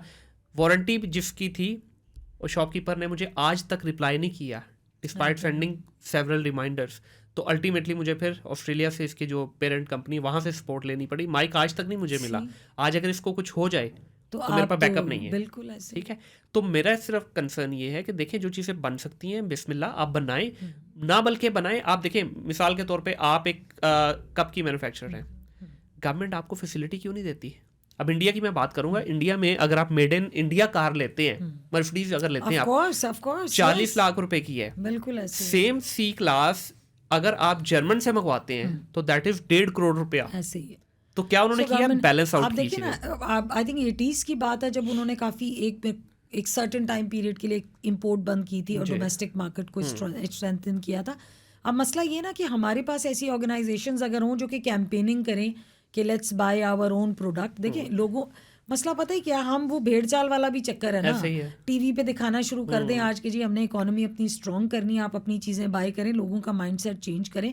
और मैं मुनीर आपको बताऊं, इतना टैलेंट है पाकिस्तान में। अभी जब इंपोर्ट बंद हुई है तो हमने लोकल वेंडराइजेशन को एक्सप्लोर करना शुरू किया है, क्योंकि मेरा अपना विजन ये है कि यार अब जब हमें पाकिस्तान के अंदर चीज़ें मिल सकती हैं तो हम क्यों मतलब इंपोर्ट करें। ये मैं फ्रेंचाइज के अलावा बात कर रही हूँ। फ्रेंचाइज तो ऑफ कोर्स आप अंडर एग्रीमेंट होते हैं, लीगल एग्रीमेंट होते हैं, तो वो तो आपको वही फॉलो करना पड़ता है जो फ्रेंचाइज है। लेकिन मैं वैसे जनरल जो हमारे फर्नीचर ब्रांड्स हैं उनकी अगर बात करूँ तो हम लोकल प्रिकॉर करते हैं एक्सेसरीज। आप पाकिस्तान में जाके देखें, आप यकीन कीजिए इतना इतना हुनर है, लोग ऐसी ऐसी चीज़ें बना रहे हैं। It's all to give them a guidelines, it's all to give them a platform. और आप देखें कि वो ऐसी ऐसी चीज़ें आपको बना के देंगे कि you will be amazed to see. बिल्कुल ऐसी। सो टैलेंट बहुत है, वी नीड अ प्लेटफॉर्म और साथ अवेयरनेस ज़रूर क्रिएट करें। देखिए आज अगर टीवी पे ये अवेयरनेस शुरू हो जाए ना कि जी इस पॉइंट ऑफ टाइम में you are requested to buy Pakistani made things, लोगों को अब करें ना, इस तरफ लेके जाएं, उनको बताएं कि कितना इम्पोर्टेंट है ये, अपनी चीज़ें बाय करें। अभी मैं अपना घर बिल्ड कर रही हूँ तो हमने उसमें विंडोज़ लगवानी थी, तो द गाय सेड कि ये पाकिस्तानी और ये चाइना की है। सो मैंने कहा कोई फ़र्क नहीं है। तो मैंने कहा तो प्राइस का थोड़ा सा फ़र्क है। तो मैंने कहा यार पाकिस्तानी लगवाऊंगी मैं, मतलब जहाँ पे where I can create the difference, why not. तो मैं कहा जब कोई फ़र्क ही नहीं है तो फिर I will promote my own brand. So मैंने पाकिस्तानी विंडोज़ का डिसीजन लिया। मैंने कहा यार कहीं चलो मैं दुनिया नहीं सुधार सकती, ऐसे ही है, मैं अपने सराउंडिंग्स में 1% भी डिफरेंस क्रिएट कर सकती हूँ, मैं करूँगी। बिल्कुल ऐसे ही, जिसका मुझसे पूछा जाएगा। हमारे नबी के बाद कोई नबी का सिलसिला नहीं है। It's a responsibility of a common human being to create minor differences. बिल्कुल ऐसे ही है, अपने आसपास। देखिए आज ना हम क्वालिटी का प्रॉब्लम आता है हमें, वो पता क्यों आता है क्वालिटी? अब देखिए हम कहते हैं जी पाकिस्तानी प्रोडक्ट की क्वालिटी अच्छी नहीं है, चाइनीज़ की या बाकी जितने इंटरनेशनल ब्रांड्स उनकी क्वालिटी अच्छी है, उसका फ़र्क है। देखिए आज जब हमारे लोकल मैन्युफैक्चरर को इस चीज़ का कॉन्फिडेंस ही नहीं है कि उसको गवर्नमेंट लेवल पे कोई सपोर्ट मिलेगी या उसकी प्रोडक्ट को प्रमोट किया जाएगा। आज मैं कहता हूँ being into a digital domain, मैं कहता हूँ आज गवर्नमेंट के लेवल पे एक इनिशिएटिव लिया जाए कि जी हम अली बाबा का क्लोन बना रहे हैं मेड इन पाकिस्तान या कोई भी नाम से, उसके ऊपर जितने मैन्युफैक्चरर्स हैं आए, आप अपनी सिर्फ प्रोडक्ट लिस्ट करें, गवर्नमेंट ऑफ पाकिस्तान इस चीज़ की ऑनरशिप ले कि भाई वी विल मेक श्योर कि हम आपको पूरी दुनिया में प्रोजेक्टेड करेंगे। क्यों नहीं हो सकता? अली बाबा क्या करता है? हो सकता है। अली बाबा क्या है? It's just a platform. लेकिन मुनीर मैं आपको एक बात बताऊं कि ये चीज़ इससे ज़्यादा आसान चीज़ बताती हूँ आपको ना, ये चीज़ आइडियल सिचुएशन है। हम आइडियल सिचुएशंस, जैसे मैं अपने एक लेक्चर में पहले भी बता रही थी कि एक बच्चा जब ग्रेजुएशन करके निकलता है पहली दफ़ा तो वो परेशान ही हो जाता है कि जो पढ़ा था वो कहाँ है। सो बेसिकली किताबों में तो आइडियल सिचुएशंस पढ़ाई जाती है ना, life is not an ideal thing. वहाँ पे आपको मिलेंगी मुख्तलिफ चीज़ें, वहाँ पे आपको बनानी पड़ेंगी। गवर्नमेंट के लेवल पे अगर हम बात करते हैं तो again this is an ideal situation कि गवर्नमेंट को ये करना चाहिए, ये करना चाहिए, वो करना चाहिए। पहले तो मुझे ये चीज़ डिस्कस करनी है यहाँ पे कि एक बंदा अपनी कॉस्ट के अंदर कमी करके, पैसे बचा के, 2 नंबरियाँ करके, डंडी मार के जो प्रॉफिट अर्न कर रहा है ना, उसको जाग जाना चाहिए कि उसके नसीब का पैसा था, उसने गलत तरीके से कमा लिया। बिल्कुल, ठीक है, ये बहुत बहुत ज़रूरी है इस हलाल चीज़ का की। पैसा हराम तरीके से घर गया। Honestly I am giving a wake up call to everyone including myself. Right. आपके नसीब का था वो, आपने गलत तरीके से कमा लिया, बिल्कुल। पानी डाल दिया दूध में। हाँ। क्यों? मिलना था सही तरीके से, हाँ। नहीं किया। तो वो आइडियल सिचुएशन से बेहतर तो पहले ये देखो ना भाई, आपने किसी को ठेके पे काम दिया है, उसने पैसे बचाने के चक्करों में आपका काम बी ग्रेड कर दिया। बिल्कुल। ठीक है, उसने तो गुनाह कमा लिया और सोचा यार मुझे जायज़ इतने मिल गए और इधर से भी मैंने बचा लिए। जो बच के तेरे पास आने थे वो भी तेरे ही थे, वो भी ऐसे ही है। गलत तरीकेकार। सो अगर हम यहाँ पे भी डिफरेंस क्रिएट करना शुरू करें, देखिए पाकिस्तान की चीज़ों की रिलायबिलिटी इसलिए भी तो लोग कहते हैं जी डंडी मार ली होगी, जी नहीं ये तो अच्छा नहीं है जी, फलाने खाने पीने की चीज़ ना लो जी, मसाले पाकिस्तान के ना लो, तो फला क्यों? क्योंकि ट्रस्ट नहीं ना Trust बिल्ड, factor नहीं लोग build कर रहे हैं ये, तो क्यों कर रहे हो भाई? क्यों कर रहे हो? ये तुम्हारा ही पैसा है, तुम 2 नंबरी से कमाओ, 1 नंबर से कमाओ, फैसला तुम्हारा है, इख्तियार तुम्हारा है, आना तुम्हारे पास ही था तो आएगा। बिल्कुल ऐसे ही है। तो यहाँ पे अगर डिफरेंस क्रिएट होगा ना, तो ये मेरा मुनीर हमेशा से एक ऑब्जेक्टिव ये रहा है कि यार जिस तरह आप अल्लामा इकबाल का वो जो शेर है ना, हर फर्द है मिल्लत के मुकद्दर का सितारा, ये बिल्कुल ठीक है, हर फर्द है मिल्लत के मुकद्दर का सितारा। आप अपने पे काम करें, आपसे जो पॉजिटिवनेस दूसरों को मिलेगी। मतलब आप देखें ना कि किसी ज़माने में क्रिश्चियंस जो थे वो खौफ खाया करते थे मुसलमानों से, बेशक ऐसे ही है। कहते थे यार ये क्या लोग हैं, क्या बलाएं ये। मतलब ये फिर उन्होंने क्या किया, अपनी ख़वातीन को भेजना शुरू कर दिया टू डिस्ट्रैक्ट देम। वो वहाँ जाती थी, उनसे शादी कर लिया करती थी, बिल्कुल, क्योंकि वो उनके अमल को देखती थी और वो कहती थी यार ये तो बहुत ही अमेजिंग है, इतना रिस्पेक्ट देना औरत को, इतना अमेजिंग, कोई बुराई नहीं है। वो था मुसलमान, कहाँ अब। बिल्कुल। अच्छा, इसमें ब्रांड की जब मैं बात करूंगा, आपकी नज़र में ब्रांड है क्या? किसको ब्रांड कहते हैं? अगर मैं प्योर टेक्निकल लैंग्वेज में आपसे पूछूं या टेक्निकल जॉर्गन में, आप ब्रांड कहते किसको? देखिए, अगर आपने किसी भी कंपनी को या किसी भी प्रोडक्ट को पोजीशन कर लिया है ना बहुत अच्छे तरीके से, ठीक है, उसके भी डिफरेंट लेवल्स हैं, दैट इज अ ब्रांड। सही है। ये मैंने आपको बिल्कुल आसान और ऐसी जो किसी को भी समझ आ जाए वो एग्जांपल बता दिया। तो हमारे यहाँ लेकिन ब्रांड का मतलब समझा जाता है जी, एक लोगो बनवा लिया, एक डोमेन बाय कर ली, now we are a brand, एक फेसबुक का पेज बना लिया, इससे आगे हमारी सोच क्यों नहीं जा रही ब्रांडिंग की? असल में ना ये भी ठीक है, मतलब आई डोंट माइंड कि ये ना हो, ये भी ठीक है, लेकिन मुझे ऐसा लगता है कि it has to be consistent. सही, ठीक है। अगर हम डिलीवरेबल्स के बारे में ही सोचते रहेंगे ना, तो ना एक्सपेंशन प्लान हो सकेगी, ना टीम बिल्ड हो सकेगी, ना मार्केटिंग स्ट्रैटेजीज डेवलप होंगी, कुछ नहीं हो सकता। तो ये आपको इससे बाहर निकल के देखिए, ब्रांड बिल्ड करने के लिए आपके अंदर फिर हौसला भी होना चाहिए ना। You need to organize the mediums जिनके थ्रू। अब मसला ये है कि किस तरह का ब्रांड है, नेचर ऑफ प्रोडक्ट क्या है, लॉन्च किस तरह से किया जा रहा है, इट वेरीज। बिल्कुल ऐसे ही। अब ये हर किसी का एक डिफरेंट फॉर्मूला और हर किसी का एक डिफरेंट स्ट्रेटजी होती है इसको लेके चलने की। तो ये डिपेंड करता है कि अगर हम स्पेसिफिक बात करेंगे तो ज़्यादा बेहतर होगा कि अगर हम किसी एक चीज़ की बात करते हैं तो क्या स्ट्रैटेजी होनी चाहिए उसकी और किस तरीके से उसको आगे लेके जाना चाहिए, ये अलग अलग है। जेनेरिकली कुछ चीज़ें तो एक जैसी होती हैं, बट अगर आप इसको माइक्रो लेवल पे देखेंगे तो फिर आप अपनी टारगेट ऑडियंस के हिसाब से सारी चीज़ें बिल्कुल ऐसी। आज से 10 साल पहले एक ब्रांड को लॉन्च करना या एक प्रोडक्ट को लॉन्च करना और आज कितना फ़र्क लगता है? मुझे लगता है आज ज़्यादा आसान है। आसान है ना? अच्छा, अब अगेन क्योंकि कोई भी चीज़ एक सिंगल थंब रूल नहीं है दुनिया के अंदर, जो मैं बोल दूं कि ये फिक्स है। आज के दौर में मुझे अगर देखा जाए इसलिए आसान लगता है कि आपके पास बहुत मीडियम्स हैं। राइट। आप अपना मैसेज, अपनी रीच को बढ़ा सकते हैं। ठीक है, टेक्निकली हम बहुत अच्छे हो गए हैं, बहुत साउंड हो गए हैं और लोगों को मीडियम्स के बारे में भी पता है, लोगों को सोशल मीडिया के यूजेज के बारे में भी पता है, तो आपके लिए आसान हो गया। ठीक है, पहले इतना आसान नहीं पहले था। तो वही रिक्शे पे लगा दिया, बिलबोर्ड चला लिया, पीटीवी पे चला दिया। मीडिया के ऊपर आपको ऐड बनाने के लिए बहुत पैसे रिक्वायर्ड हुआ करते थे। अब आपकी स्मार्टनेस से ही बहुत सारी चीज़ें हो जाती हैं, लेकिन चैलेंज आज के दौर में ये है कि फिर डायनामिक बहुत है, क्योंकि इतने लोग हैं, तो वो एक कंपटीशन भी है which is fair, which is good, होना चाहिए।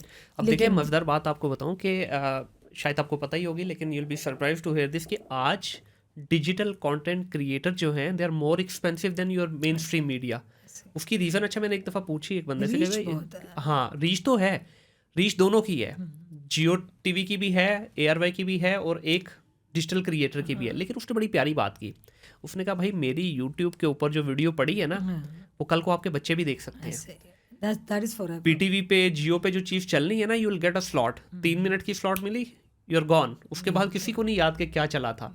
बिलबोर्ड लगाया आपने 1 मिलियन का, वो वहाँ से जो गुजरेगा वही देखेगा। रिक्शे पे आपने लगा दिया जो ट्रेडिशनल हमारी पहले हुआ करती थी, न्यूज़पेपर में लगा दी, जितने लोगों ने देखा उसके बाद गॉन।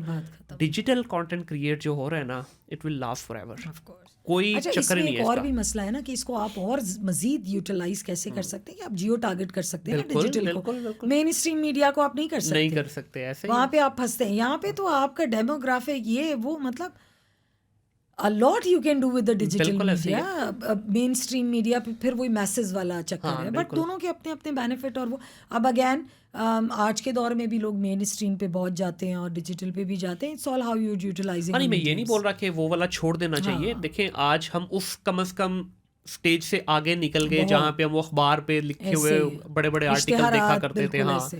तो वहाँ से आगे निकल आए। बहुत आगे। देखिए आज भी वो भी चल रहे हैं अपनी जगह पे। मुनीर, मुझे इतना अच्छा लगता है कि कभी कभी मैं सोचती हूँ ना, आई रियली लाइक इट कि मैंने किसी ज़माने में, मतलब इतना पुराना भी ज़माना नहीं है मेरा, लेकिन when I was in college तो I work for Pakistan radio Hyderabad. अच्छा, सो मैंने तकरीबन को 1.5-2 साल वहाँ काम किया, यूनिवर्सिटी मैगजीन किया, प्लेस किए, ये किए वो, कि मुझे शौक था। और इतना मुश्किल होता है रेडियो पाकिस्तान के अंदर जाना भी, और फिर वहाँ पे और ऑनेस्टली आपको मज़े की बात बताऊं कि जब मैं गई थी अप्लाई करने तो अंदर भी नहीं आने दिया किसी ने। अच्छा। और एंट्री ऐसी हुई कि I was a very good debater Hyderabad से, सही। तो मैंने पोजीशन हासिल की थी हैदराबाद में, तो मुझे इंटरव्यू के लिए बुलाया गया था सही। रेडियो पाकिस्तान में, और वहाँ से फिर दे ऑफर्ड मी, और मैंने वो खुद से नहीं हो सका था। अच्छा। इस तरह से हुआ था। तो वो टाइम जब मैं देखती हूँ और जब मैं आज का टाइम देखती हूँ कि if you have a talent, आपको कैमरा चाहिए, बिल्कुल ऐसे। आप करें सही तरीक़ों से। तो मुझे ऐसा लगता है कि ज़्यादा, अब अगेन यहाँ पे एक और बात है कि people who are misusing and creating claim of जो फेम टू क्लेम, जो बिल्कुल बकवास, आई एम सॉरी, हो रहा है, वो उसके मैं बिल्कुल ख़िलाफ़ हूँ। लेकिन if you are a talented person, you can actually do a lot of things. बिल्कुल ऐसे। आपको ना किसी चैनल पे जाने की जरूरत है, कितना आसान हो गया है ना। ऐसे ही है। सो मैं मिस करती हूँ कि हमारे टाइम पे नहीं था ये चीज़ें इवॉल्व होना शुरू हो गई। अब देखिए हाँ। अगर फॉर एग्जांपल ये पॉडकास्ट के कॉन्सेप्ट की बात करें, बाहर तो पुराना है लेकिन हमारे यहाँ ये नया ही अभी रिलेटिवली। हाँ। आप किसी जगह पे इंटरव्यू देने जाते हैं, हाँ। तो you will gate 15 minute 12 minute, ये 2 ही स्लॉट होती हैं मैक्सिमम। भी कोई बड़ी फेवर करेगा आपको 15 मिनट की दे देगा। अब यहाँ पे देखें हम पिछले तकरीबन 57 मिनट हो गए हम लोग बातें कर रहे हैं। हाँ बिल्कुल ठीक है। तो कोई इसका लिमिट नहीं है क्योंकि हमारे अपने कंट्रोल में है ना हर चीज़। हम चाहे इसको 70 मिनट पे ले जाएं, 60 पे ले जाएं, तो बड़ी खुल डुल के बात हो जाती है। अब ये देखिए एक इनोवेशन है पूरी एक डोमेन के अंदर। अब honestly speaking, I am not an actress कि मुझे कोई मेन स्ट्रीम मीडिया बुलाए और मुझे इंटरव्यू करे, बट इस तरह के मीडियम्स से ऑनेस्टली मैं actually it's my responsibility right to share the right thoughts, और वो किसी तक भी पहुंचे, that's my moral responsibility and I am on it. बिल्कुल सही। तो आई लाइक दिस आइडिया सही। तो अब मुझे ये बताइएगा कि जब हम ब्रांड की बात करते हैं, आपको क्या लगता है कि क्या जब हम बाहर के बड़े ब्रांड्स को देखते हैं, हमें, मुझे लगता है ज़ाती तौर पे कि हमें तो कोई नई इनोवेशन की भी ज़रूरत नहीं, हम उनके फॉर्मूलाज को पकड़ें, कॉपी पेस्ट करें ना, तो तब भी हम ग्रो कर सकते हैं। लेकिन यहाँ क्यों नहीं हो रहा? मतलब छोटे छोटे, एक बड़े सेठ की भी अगर बात कर लें, सेठ की आप जब उससे बैठ के बात करेंगे किसी निजी महफिल में, you will get to know कि भाई 20 कंपनीज चला रहे हैं सेठ साहब, लेकिन पब्लिकली किसी को पता ही नहीं। यही पता है जी सेठ साहब की एक फैक्ट्री है, बस धागे की फैक्ट्री है, सेठ साहब की शुगर की फैक्ट्री है। क्या वजह है? क्या ये गवर्नमेंट लेवल पे कोई टैक्सेस की वजह से इश्यूज हैं, या हमारे माइंडसेट का प्रॉब्लम है कि हम दिखाना नहीं चाहते, या वही अम्मी कहेगी नज़र लग जाएगी, या वो क्या चक्कर क्या है? लगता है मुनीर बहुत सारी चीज़ें एक साथ हैं। मतलब कोई एक रीज़न हम नहीं कंसिडर किया जा सकते। हमारी गवर्नमेंटल जो पॉलिसीज़ हैं और जो भी स्टेबिलिटी आप देख ही लें हमारे मुल्क में कैसी है, ये तो एक मेन रीज़न है ही है।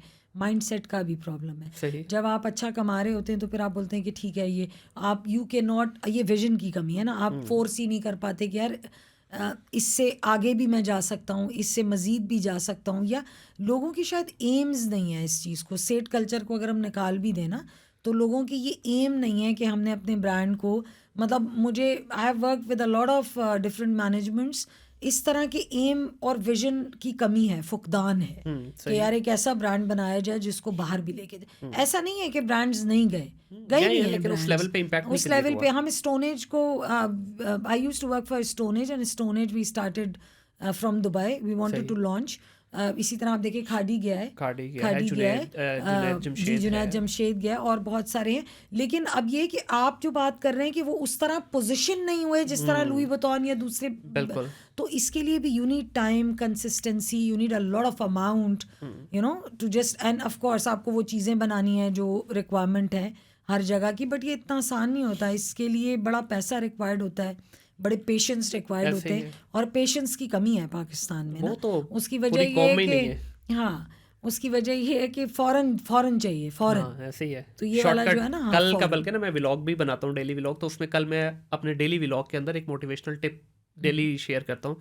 तो कल की मेरी मोटिवेशनल टिप थी कि सक्सेस की कोई शॉर्टकट नहीं है, नहीं ठीक है, आपको टाइम लगाना पड़ेगा। मिल भी गई, मिलती है लोगों को शॉर्ट टर्म में भी, लेकिन वो कभी भी हैंडल नहीं हो पाती। ऐसा नहीं। वो ऐसे आती है, ऐसे निकल जाती है आपसे। देखिए, जिन चीज़ों का आपको बता दिया गया है ना, इस्तकामत का बता दिया गया है, बेशक ऐसी है। इट्स कंसिस्टेंसी, बिल्कुल यू ऐसी नीड है। To keep that, Right. और कंसिस्टेंसी के लिए ही पेशेंस रिक्वायर्ड है। बिल्कुल तो अब आप देखिए, आप अपना फॉर्मूला खराब कर रहे हैं खुद ही। बिल्कुल। आप पेशेंट नहीं है तो कंसिस्टेंट भी नहीं होंगे। तो पेशेंस पैदा करें ताकि कंसिस्टेंसी आ सके चीज़ों के रिजल्ट। अब फिर वही बात है कि we jump on the gun right. As a businessman, या एज हम क्या करते हैं, हम कंक्लूजन्स पे जंप करते हैं। हम मिलेगा क्या, आएगा क्या, you know, results should not be like calculated in this way कि एप्पल टू एप्पल मैच हो या कुछ भी हो सकता ऐसे है। ही है। तो वो आपको छोड़ना पड़ता है खुदा के ऊपर। अब मज़ेदार बात बताऊँ आपको, अभी पिछले 2-3 साल में ना अमेज़ोन का पाकिस्तान में बड़ा हाँ, बोलबाला हुआ। जी, जी, जी, तो मैं खुद भी वो सर्विसेज प्रोवाइड करता हूँ। अच्छा, अच्छा, अच्छा। अब यकीन करें रेहाना आपा, मेरे पास इंडस्ट्रियलिस्ट, सॉफ्टवेयर हाउसेस के ऑनर, सेठ, ये सब लोगों को हम सर्विसेज देते हैं। जी, ऐसे ऐसे लोग आए कि जिनके अच्छे खासे बड़े तगड़े बिजनेसेस हैं, ओके, जिनकी 3-3 जनरेशन के बाद ये बिजनेस बढ़े, ओके, वो जब हमारे साथ अमेज़ोन में इन्वेस्टमेंट करने के लिए आ रहे, पता क्या कह रहे हैं, 12 महीने में ROI हो जाएगी, देखिए, 6 महीने में ROI हो जाएगी। सी, अब शुरू में क्योंकि हमें भी नहीं पता था, ऑनेस्टली हम भी बोलते एंड थे दे हाँ जी वोंट 12 बी महीने में हो कंसिस्टेंट जाएगा। विद यू, ऑनेस्टली हाँ, बिल्कुल। स्पीकिंग, वो तंग करेंगे आपको, किया है तंग, करेंगे। कुछ लोगों ने तंग किया है। अब कुछ लोग आए हमारे पास, देखिए हम अपनी केस स्टडी से सीखते हैं, उन्होंने हमें सिखाया कि भाई व्हाट यू टॉकिंग हाँ, इज नॉट गोना हैपन।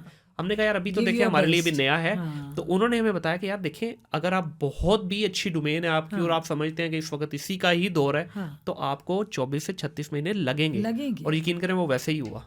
ठीक है, तो हमारे यहाँ वो चीज़ को समझा ही नहीं जाता। लोग कहते हैं नहीं बस समझ। शॉर्टकट अब मैं पकड़े। आपको एक और बात बताऊं, ये पेशेंस भी तो आपकी तरबियत से ही हाँ, आता है बेशक। ना। ये जल्दबाजियों के चक्कर और ये सब मैं बता रही हूँ मुनीर, आप माशरे की जिस खराबी को पकड़ लें और जिस अच्छाई को पकड़ लें, आप उसको ड्रिल डाउन करें, you will get to know the root cause. बिल्कुल ऐसे ही वो वहीं से निकलेगा। वो कहाँ से निकलेगा? वो घर से निकलेगा। घर से निकलेगा, ऐसे ही है। हम कहते हैं ये जी माशरे में ऐसे ऐसे लोग पैदा किसने किए, किसने बनाए, वो सारी चीज़ें, you know, it's again life में हर चीज़ इंटरकनेक्टेड है।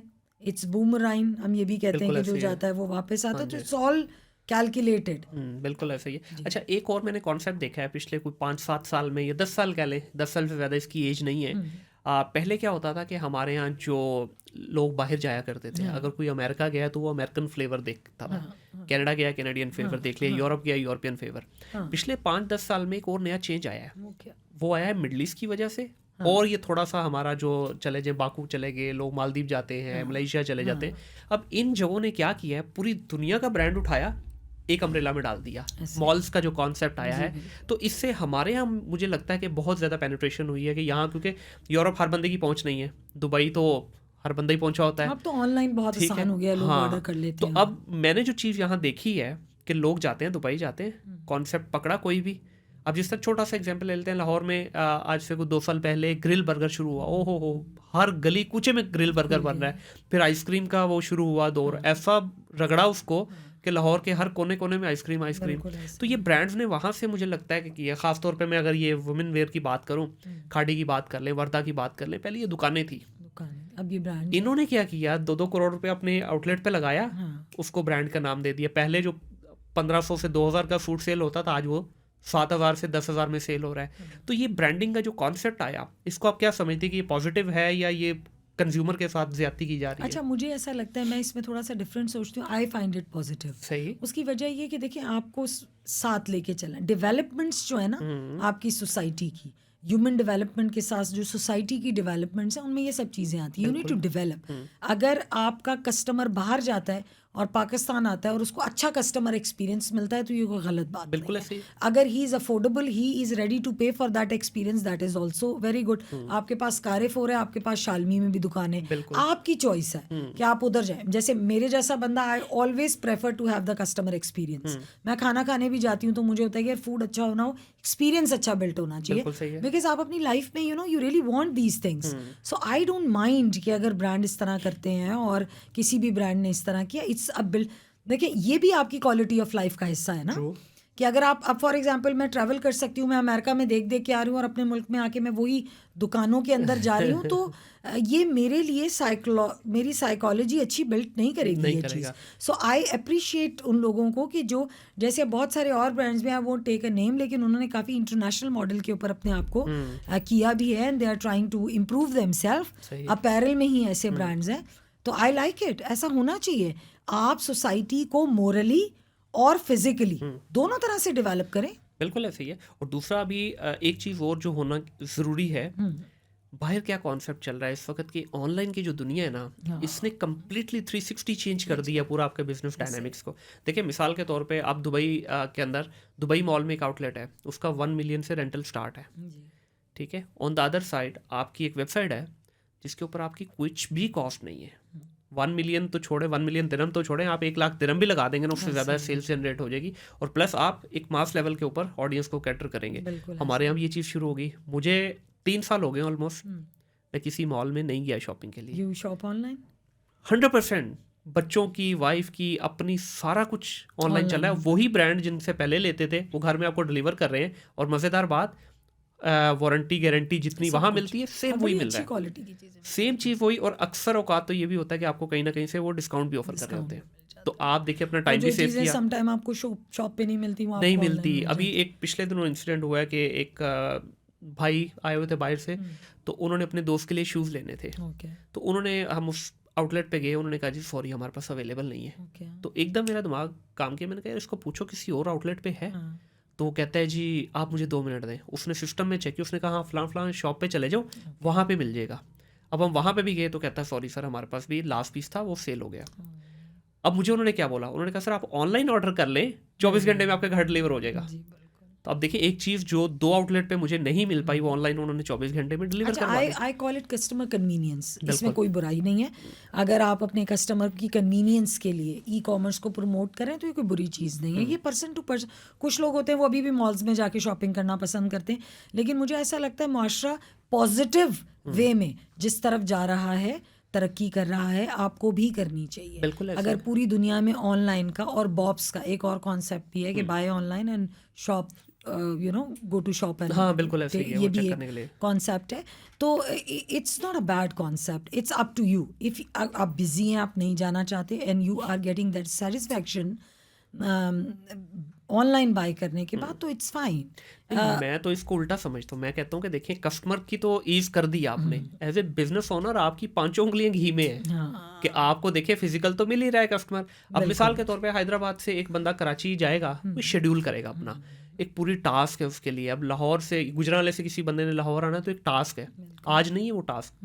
वो क्या करेगा, ऑनलाइन बैठ के ऑर्डर प्लेस करेगा, 24 से 48 घंटे में उसके घर पहुंच जाएगा। देखो मुनीर, अगेन ये एक पर्सनल प्रेफरेंस की बात है। अब जो कॉन्सेप्ट पूरी दुनिया में परवान चढ़ रहे हैं, पाकिस्तान ऑफ कोर्स उसको फॉलो करेगा। पॉजिटिव ट्रेंड्स की बात कर रही हूँ मैं।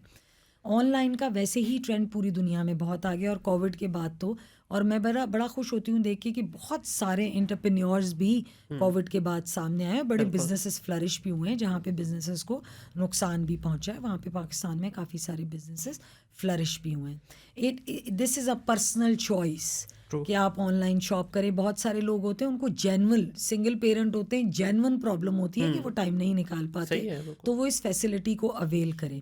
अगर हम इसको अपने इस पॉइंट ऑफ व्यू से देखें कि हम किस तरफ जा रहे हैं और हम तो एक मोबाइल में कैद हो जाएंगे, तो ये एक और बहुत लंबी डिबेट हाँ है। वो तो एक डिफरेंट ये वो एक है, और बहुत लंबी प्लस डिबेट माइनस तो है। है ही। लेकिन अगर हम दुनिया में कंपैरेटिव पे जाते हैं, तो अगर दुनिया पॉजिटिवली ग्रो कर रही है किसी चीज़ में, तो we should also. There are many, अब देखिए खवातीन का रेशो बहुत ज़्यादा है काम जी करने जी का, बिल्कुल। सो बड़ा कम टाइम निकाल पाती हैं खवातीन अपने और बच्चों के लिए। तो वहाँ पर ऑनलाइन और ई कॉमर्स ने फैसिलिटेट किया उस औरत को, उस मर्द को, ग्रॉसरी घर जाने से पहले you can just order the grocery and ऐसे ही सो है। ये कस्टमर कन्वीनियंस के पॉइंट ऑफ व्यू से I like this idea, but I don't think कि यही होना चाहिए। नहीं ये तो भी एक होना प्लस चाहिए, है। हाँ, क्योंकि अगर इसके बरक्स हम फिजिकली जाके शॉपिंग करने की बात करें, तो उसको फिर मैं रिलेट करूंगी कि आप अपना एक फैमिली टाइम निकालते हैं, हाँ बिल्कुल। बच्चों के साथ आप जाते हैं, आप शॉप करते हैं, आप फेस वैल्यू, क्योंकि जो सबसे बड़ा डिसएडवांटेज ई कॉमर्स में है वो फेस वैल्यू का, आप चीज़ को ऐसे ही हाथ है। लगा के नहीं देख सकते। बिल्कुल। फिर बहुत सारे ऐसे प्रोडक्ट हैं जो बाहर की कंट्री में तो ऑनलाइन बाय करना आसान है,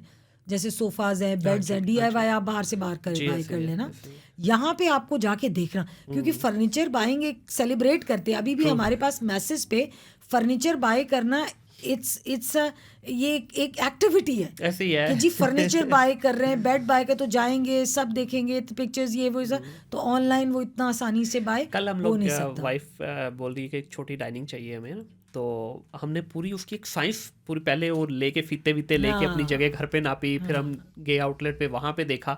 अच्छा फिर हम कंफ्यूज थे, अच्छा ये चेयर कितना स्पेस लेगी, क्योंकि स्पेस उस जगह पे लिमिटेड है जहाँ रखनी है। तो वो सारी चीज़ें ऑनलाइन ठीक है डायमेंशन मिल जाती हैं, बट वो फील नहीं आ पा रही थी। तो ऐसा नहीं है कि मतलब ये उसको रिप्लेस करने जा रही है।